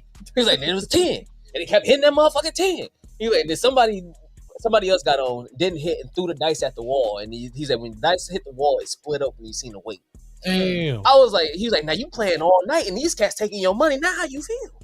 You I was up, Like I'm something up and gonna pop in the pissed. trunk. we Yeah. up and pissed. $20,000-$30,000 in a Yeah. hand. I'm up and pissed. You've seen people get shot for far less. Exactly. Way less, for free. And you doing it in my face, nigga? Oh, and I hell see you no. cheating, and you got my money in your hand, and we still in the same room. You better hit that dough before I hit my pocket. That's all I know. Hit the door before I hit my pocket. It's crazy. But real, but crazy. But on the gambling thing, what I'll say is that gambling going from like an underworld thing to mainstream was a mistake. Oh boy. Like that's Because the now you general- just want more of it. It's a mistake. Did you see the football one, the NFL one? There's no, like right now, there's an NFL thing going on right now. I Where bet a it mafia is. dude is talking about how he set people up. He was like, if they owed him money, he was like, hey, next first 3 possessions of the game, put the ball on the ground. He was like, and they be doing it. He was like, I got NFL people. He was like, hell of NFL teams. They was like, and he in New York. He was like, there's a couple New York teams. Niggas was like, that's why the Jets been trash for years. You think of the butt fumble and shit. Like, how the fuck you run into that man and drop the ball like that? It was a mistake. To that point, like It was a mistake. the Rozier piece to me felt inevitable. Like, one, why can you bet on player props for Terry Rozier and Jonte Porter? Like, Yeah. Point spreads, all that stuff that people were already doing, sure. But like individual prop bets for the 13th man on Shouldn't a be 20-win team, like Odds 100 plus. Let me take that. Let him score 4 points, bro. I'm taking 10,000 home. What you talking about? like that was just asking for it to be kind of like exploited like this. And like it's just the way that it was legalized in enough states to where like they could do the apps and stuff, and there was no thought put into like the implementation with it. It's the same thing with like college sports and like the NIL stuff. It's just like it's legal now, and it's kind of like the Wild Wild West. It's like there needs to have been more thought put into how are we going to police this thing, how are we going to educate our players, how are we going to make sure that we're protecting our players, because like I can see a world where their justification of it is like legalized gambling is ruining my life because I'm getting death threats over like random ass player props. I'm not really seeing direct compensation for this added, danger that I'm in. Essentially, it's like, well, shit, I'm gonna make some money off of it too. Like if somebody else or like my guys are gonna make some money off of it. Like it's really just in a place where it's ethics. Yeah. And I think I forget the number, but like they totaled up like the amount of losses that people have made, like compared to what they actually win, or just period losses. Like their net kind of like, like The what they put great. in versus what they've gotten back. Like it's like negative 500 million over like the last 4 or 5 years or something like that. And it's a large number where it's like y'all not winning. No. Like you're just throwing bad money after good. That's why my max bet is $5 because ain't nobody got time for all of this. Like you gotta be careful with it. And nobody thinks that they're bad gamblers. Like there aren't good I mean, like there are good gamblers in that you do enough research that you can kind of figure out like the probabilities. But most people that just do it recreationally are like there's no good or bad. It's literally just pure luck. And like they stack the odds in a way that they make sure that you're gonna lose more often than you win, so they're gonna get their money back, whether it's like today or just like over time. I tell you one thing, I was 12 Gary Trent shot attempts against the Cleveland Cavaliers away from a lot of money off of $5. And how many shots did he got? He ended with 9, I ended 12. Damn. He was cold. That's the only reason I was like, he ain't gonna get it. But everything else hit. Tucker Kraft touchdown, hit. Josh Jacobs touchdown, hit. AJ Green, Giannis PRA, hit. I think I went points. AJ Green, hit. Ryan Rollins, points, hit. All I needed was Gary Trent Jr. to shoot the ball 12 times, and he got 9 shots. And I said, "Well, dang," and we lost. So I was like, "Double dang!" So dang. So you were actually happy. So you were happy when he didn't lob it to Giannis. Oh, I was like, "Ooh, it was a bad play, but that might work out for me in the end." It did not work out. Give me 3 more of those. Right? It's like, Give me 3 more. Hey, I'm like, nigga, you got Giannis on bare mirror on a wide open fast break. And it wasn't even like I can understand if it's just like, oh, I'm in rhythm, I'm gonna shoot it. It's like you hesitated and you're like, okay, well, I guess I'm gonna shoot now. So, like that never goes. Yeah, it didn't work. But I will say one more thing on the gambling thing before we move on to wrestling. I do wonder if this situation is going to change how Silver approaches the cap circumvention stuff with the Clippers, because the league just has a lot of bad press around it, super bad optics. We know how David Stern would go about things. Yeah. He would have him down there already. He would already all you motherfuckers, boy. Already.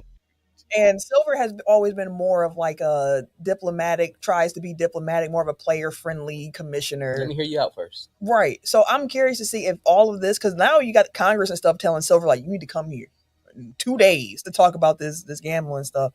So I do wonder if because all of this stuff is going right, if all this stuff going on legally, he's like, okay, let me actually also come down harder on the Clippers because optics. Like we gotta make this look especially if it's after a meeting that he has to have with them. Clippers might I'm saying. They might be low key I'm fuck saying. boy. But I mean, like, think about how many things in the NBA are already kind of like not unwritten rules, but just like things that are kind of baked into it, which are anti-competitive. It's like tanking, like was part of the indictment. I forget which one, but it was part of the Dang. indictment. Which one is crazy? Well, I'm just saying, like, technically, show. Rozier and Separate Billups cases. are separate things, but I think Chauncey's alluded to in Rozier's one where they're saying like he gave somebody in the mob a tip that the Blazers were tanking, that they were going to stop playing their guys. So like that guy took that information before it was made public and made some bets and made money off of it because he knew. And it's like, we've talked about like anti-tanking stuff for years and like, how can you get rid of tanking? It's like, look, they've tried pretty much everything at this point. And like, you can't stop teams from saying like, it's in our best interest to not win this game where you're not doing anything necessarily illegal. It's just like, oh, well, you know, we want to get our young guys some opportunities, or we're going to play this guy that we know isn't an NBA player 35 minutes because we trying to get to these draft picks. It's tough. One last roll on this, I find it funny. Before David Stern handed over the keys to Silver, he was on record being against sports betting being legalized. Adam Silver was actually one of the first commissioners in the big sports to come out in favor of leagues getting the gambling legalized. The NBA was one of the first, I think the first major league to have an official sports betting partner. And then once Silver kind of started speaking this tune, before Stern passed, he actually was like, sports betting actually ain't that bad after all. So I find that really interesting. because all these people realize how much money is available, and money became the everything of it all. Shout out to Dora Stevenson. Why she got some Timbs on her? Paul Anthony? Yeah, probably. All right, let's talk some wrestling and wrap them up. Their defensive player of the game gets some Timbs. I like that. I like that actually very much, very much. One real wrestling thing for us this week here. I'll piggyback off you. That's why Saturday Night Main Event is this weekend, and from what we know at the moment, it's a 4-match card. And every single match is a championship match. And I actually very much like that. Yes. Because Saturday Night Main Event normally feels like Sunday Night Heat. So having them all be championship matches, I think that's going to be kind of a fun energy. So I'm just going to do it quick. One, I think at least one happened. And not including the vacant, not including that. That don't count. But I think of the other look three. Like it's a possibility. Although actually, like, I can see a world where that's three of them move. Everything changed in one night. Except for that one where it just remains vacant. Because, like, to your point, like I can see because they're not involved in the match. Hold on, let's just do this way. Let's do a who you got for these 4 matches. This is not official prediction. This ain't no real PLE. This is just conversation ahead of 4 pretty big championship matches this weekend. You got CM Punk versus Jey Uso for the vacant World Heavyweight Championship. Who you got? CM Punk. It better be. You said it better be. Yeah. Why it better be? Oh my God! Like he's come all the way around. Huh? It's got to be your boy Punk. Yeah, it got to be. I mean, now this is better. That's your man's. This is the best time. They hated that put man. it on him. It's the best time to put it on us right now. But then if y'all it looks like they're for to do the heel turn with Jay. So I got a question. So if they're going to do that, it makes more sense. Oh, he lost to CM Punk. And now he lost his title shot. Now he's pissed. He want to get back. He needs to taste it. You know, it's the. That's what. Not all right. I got a question for you. Then, yeah, go ahead. That thing. Say Punk doesn't win. No, thank you. I'm glad you acknowledged it. It took you a minute. I'm trying to help you out. Trying to act like I was crazy. Say they don't give it to Punk and they put it on Jay. Mm-hmm. Right now, you have a vacant title because your main guy got hurt. Yeah. Word on the street. Move your mic a little bit. This way? Yeah. Word on the street is that Punk really, though he was already a challenger, he wasn't necessarily slated to win this match anyway. Probably not. Yeah. The Saturday Night Main Event, you know what I'm saying? So my question to you then, in the vein of he's turning heel and, you know, he wants revenge or whatever the case may be, if Punk doesn't win, is Jay the answer for holding on to the title for now until they figure out their next long-term champ? Jay needs to chase. Over Punk. I feel like Jay needs to chase again. No, I think that if they're gonna pull the trigger on Jay, God, Ryan Reynolds is a good defensive. I'm telling you, that's Ryan. And Euro too. If this And is he the time, bleeding. like I think that because he got popped in the mouth earlier. If this is the time for Jey Uso to turn heel, then I think that they've already kind of seeded that. Like I think he's willing to do whatever to win the title will be like the heel turn. Like it will be, he hits Punk with the title, or like Jimmy comes out and is like, "No, man, don't do it." He's like, "Fuck that," and then like hit Punk with Jimmy. Right. Like I think they've already kind of seeded that. So I think the culmination of the heel turn comes now. Like I don't think that he has to be further driven to do and like complete the turn. Like we're there already. But what you were saying earlier, it's weird to not have the bronze in this. Yeah, and that's what I was saying. Like, That's what don't if make anything, sense. it's like that's the one that I'm like that actually might not change. Like where they come in, kind of fuck up the finish, and then that allows them to kind of roll it into Survivor Series or whatever. So one thing that I saw that apparently why the bronze weren't in the Battle Royal is that according to what I saw on Twitter, which take it with a grain of salt, WWE saw the response that they got on the heel turn and they wanted to be more heelish and they got a pop. And they didn't want to put them in a situation where they go over as faces because they really want to make them a heel group. So they feel like they got more work to do before they can actually get there. That's what I saw. I don't know how true that is, but it would make sense from a creative standpoint if that's what their logic was behind it. If that's the case, like I think that they need to stop doing that. That's right. Because it's like they had the same reaction when like Brock Lesnar comes back and like, see, look at the pop. People are happy to, or people are reacting to Brock coming back. It's like people will react to anything that they're not expecting to happen. Like it's the surprise that's the pop, not necessarily the storyline ramifications of it. Because like if you look at the online where people have a second between the music hits and their like their immediate thoughts going out, it's like I don't want this. Whereas the people in the crowd are like, I was not expecting this. This is crazy. Like what? Like it's just like, oh my god, what? The flip side to that though is like a Jey Uso, where it's like the actual, if you're in the arena, everybody loved him, but the online community, quote unquote, was hating on him. But that's sustained over time. It's like every arena is like going crazy for Jey, versus like an immediate just like. Well, we don't know. Brock only came twice. Yeah, but then with Jey, it's like okay after the intro, then what with Jey though? You said the what? I said after his intro, then what? 2 o'clock in the morning. Yeah. Oh yeah. Best time for Raw. No, it's not actually. It's actually not. I'm sorry, it's not. 3 in the morning. That's a matter of opinion. Wake your ass up. Honestly, it's never not a good time. I don't think there's a worse time for it. It's never not a good time. The perfect time is actually like. I think every time is the perfect time. The Folgers got there. Wake your ass up. We out here. Anyways. But no, Jey. Okay, but one thing with Jey, like this, not Jey hate or anything like that. It's about the Jey. But he hasn't improved his mic skills. If we about to go heel, like you got to be able to talk that shit and walk that walk. After the yeet, after the crowd going crazy, after the intro, then what though? I will say his in-ring isn't that great. Oh yeah, she a shooter. Like she played college basketball. With the mic on and everything. Right, smacking that motherfucker. Skirt on. Smacking that motherfucker. And she has. Soros Stevens. All right, Soros. We know it. Yeah. Knock that motherfucker down. What? Two infants at home? Like just gave birth this year, I believe.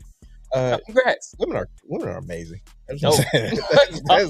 Like, but anyway, what were we talking about? Oh, Jey's mic skills. I think he's better as a heel. Like, I think if you look back to like what he was doing in the Bloodline, that was some of his best work. That was some of their best work. That puts them at number 1 in the storyline again too. I mean, and like I think that if you go with Jey as the champ, like they've been setting up that Jey's the new tribal chief. Jey basically running back the Bloodline storyline with Jey in the top in Roman's spot.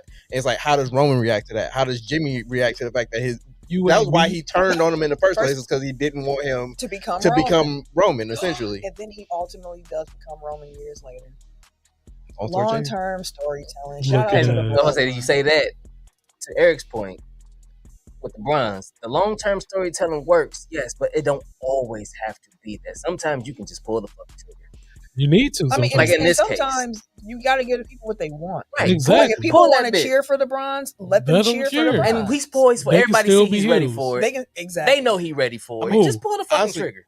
trust your storytelling. Like is basically what we're saying. It's like if you believe that this is what you're doing, then the crowd reaction Don't matter. within reason shouldn't really matter. It's like you whether they respond to it one way or the other, like as it's going on. If you know what your North Star is, if you're trying to get to a certain point, trust that you built that and that you seeded it and that it'll all make sense in the end. I will say I don't think either Braun needs a title right now either. Like I think also too, if you weren't planning to put the belt on them, no need to put them in the match. Like because they are still kind of growing and developing that way too. So like I don't think they need the strap yet. And actually think about that reason makes more sense to me in my head of not putting them in the match than we don't like the reaction that they've been getting. They need one more run though. You know the motto for WWE, you want that belt, you gotta see Brock.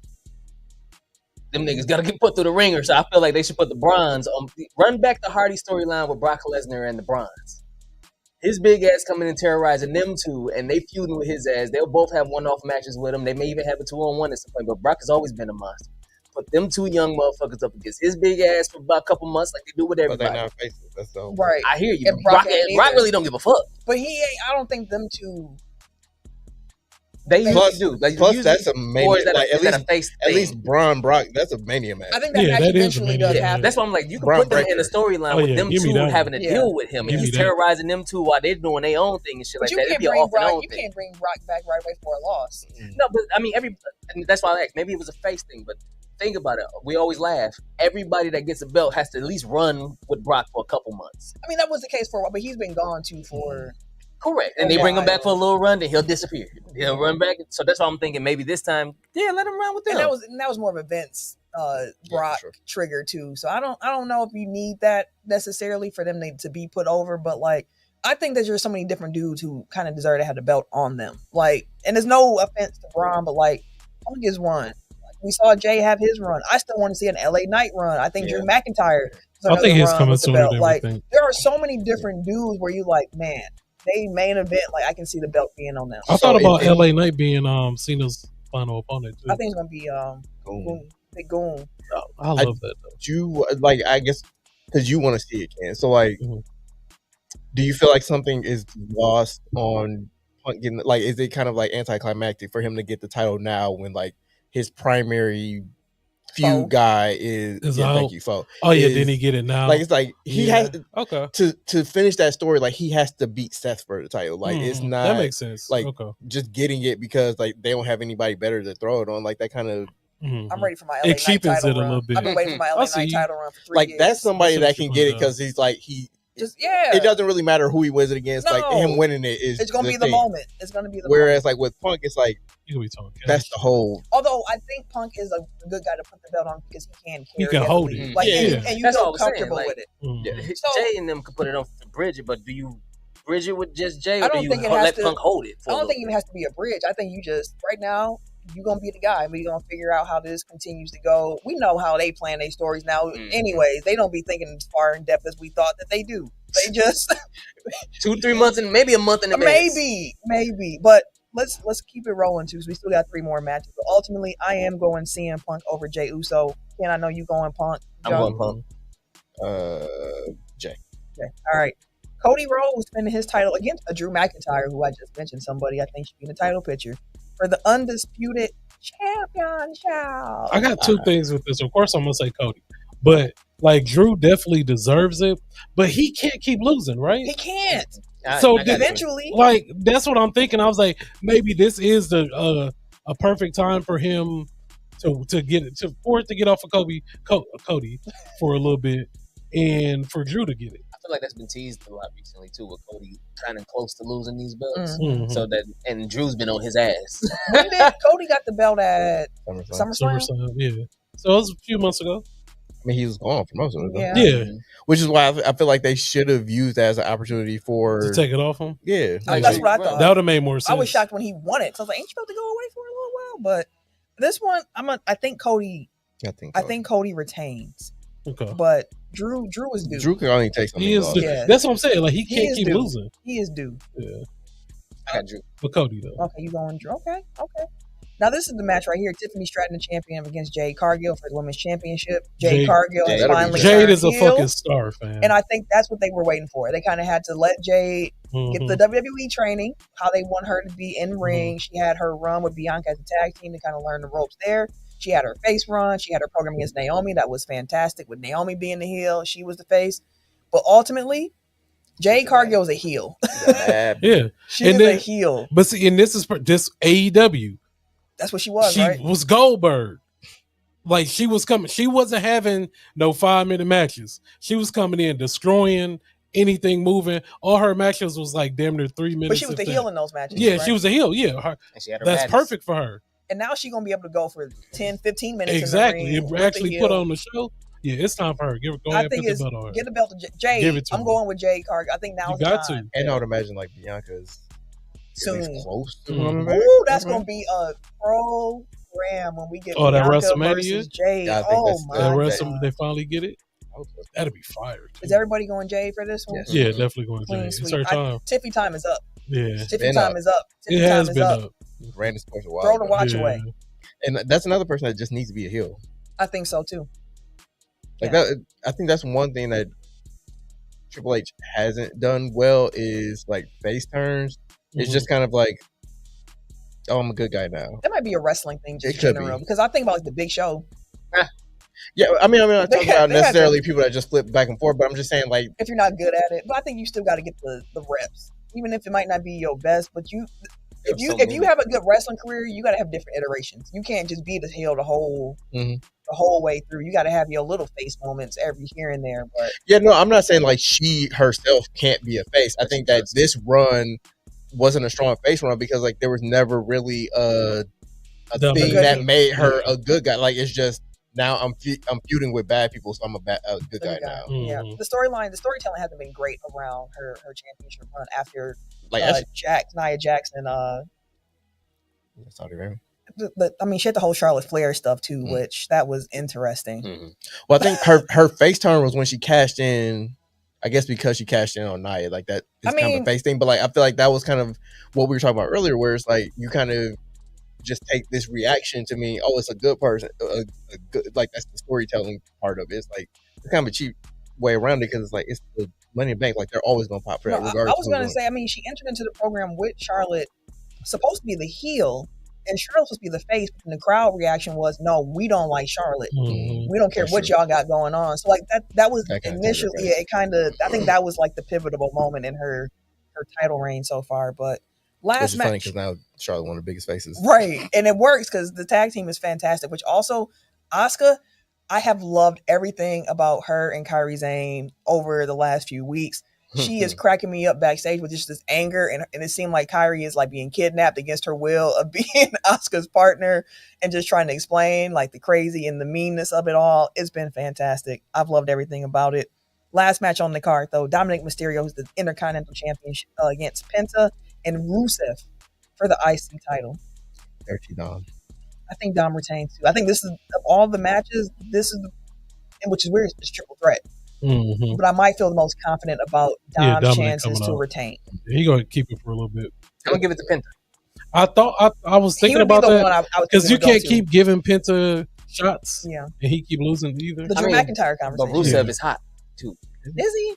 I was just gonna say he is. He on TV, but I don't know Yeah, if he's and hot. him and Sheamus just got done with a program. That was a good. That was good. And that was a really nice But program. Sheamus ain't even really been on TV. But that much. anything with Sheamus normally is going to be like at least a Because I mean, it's banger a after nice- banger after banger. It's a nice segue to him moving into this program. He's been harassing the shit out of Dom them, and He they've been has. having their matches. He's been trying to be Debo. Correct. So then he's been beating up some of the Judgment Day guys and stuff like that. So like he's transitioned to that. That's all. He's been a bit hot He's because they've been been pushing on him. TV. I don't think he's been hot though.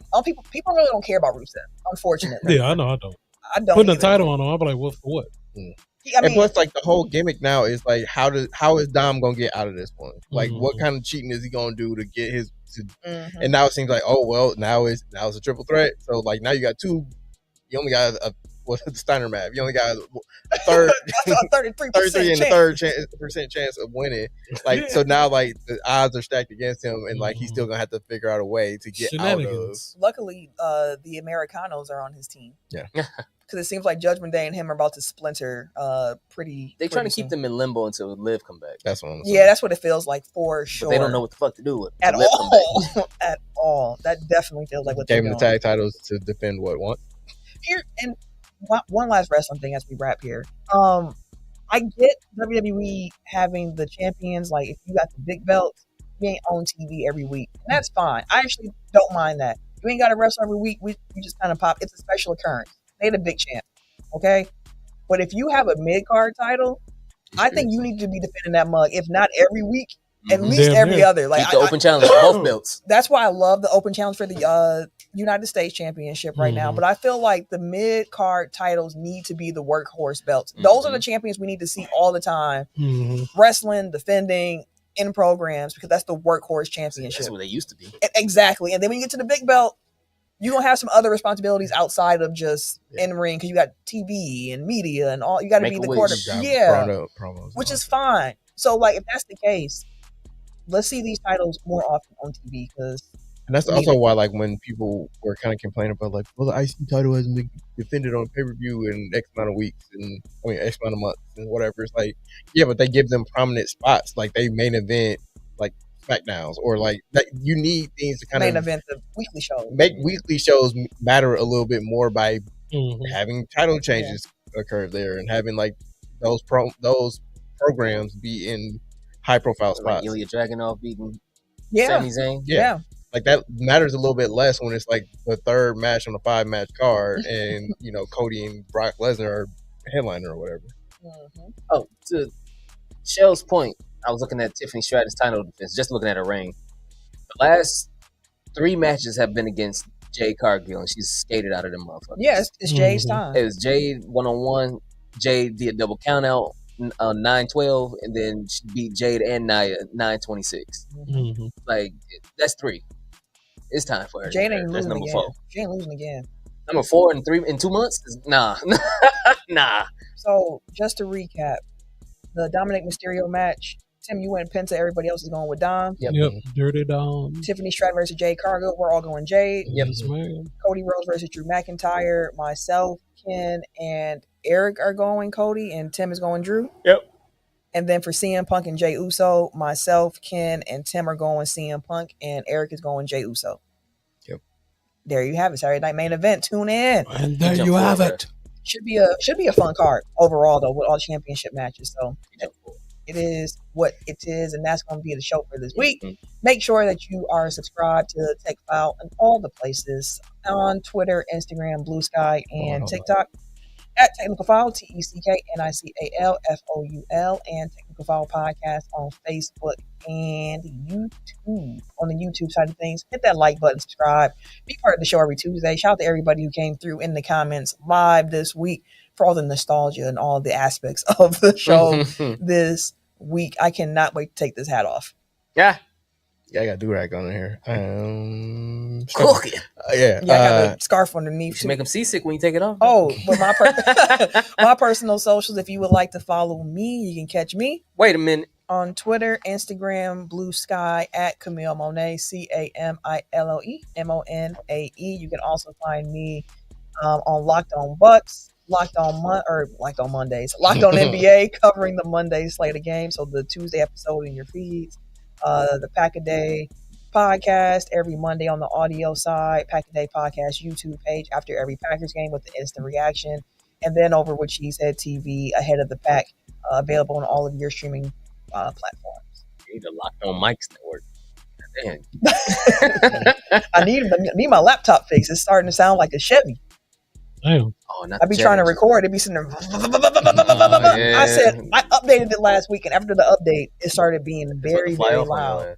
I need to call Sly. That's what I need to do. Sly, if you're still listening, I need help with my laptop. Help me, please. Help me, please. Please, thank you. I'm Eric J. Don't follow me. Follow Tech File. Everyday_gentleman on Instagram. K Harris 216 on Twitter, Snapchat, and Blue Sky. And it's your boy, TIMKINZ, the number 3, aka Ass Ketchum, aka Mr. Give It To Me. Dilly, we out this bitch. I know that's right. Let me take this hat Tech file. Yeah, Or- let's just play that music. Shout out to my monster, dog. She did her thing. 20 points on Saturday, dog. Let's go. Red TECK. Running back like where's my replay? Got it all in the mix, no DJs. Said it's hard in the game like you damn miscellaneous. Spitting real talk for the entertainment. All the pots I stand the game up and they get smacked back down like a WrestleMania. Tell them that better get their nose ready at a home city. You know, get it block even on the road setting. And you know what you say, so we never gotta get tight on everybody else. They should get ready. Ain't nobody else doing this like I. Better keep them cameras and microphones hot, cause this one's a vibe. Gotta run this race with my tribe. I going live with the pie. Do it like it's no tomorrow. Came to my ear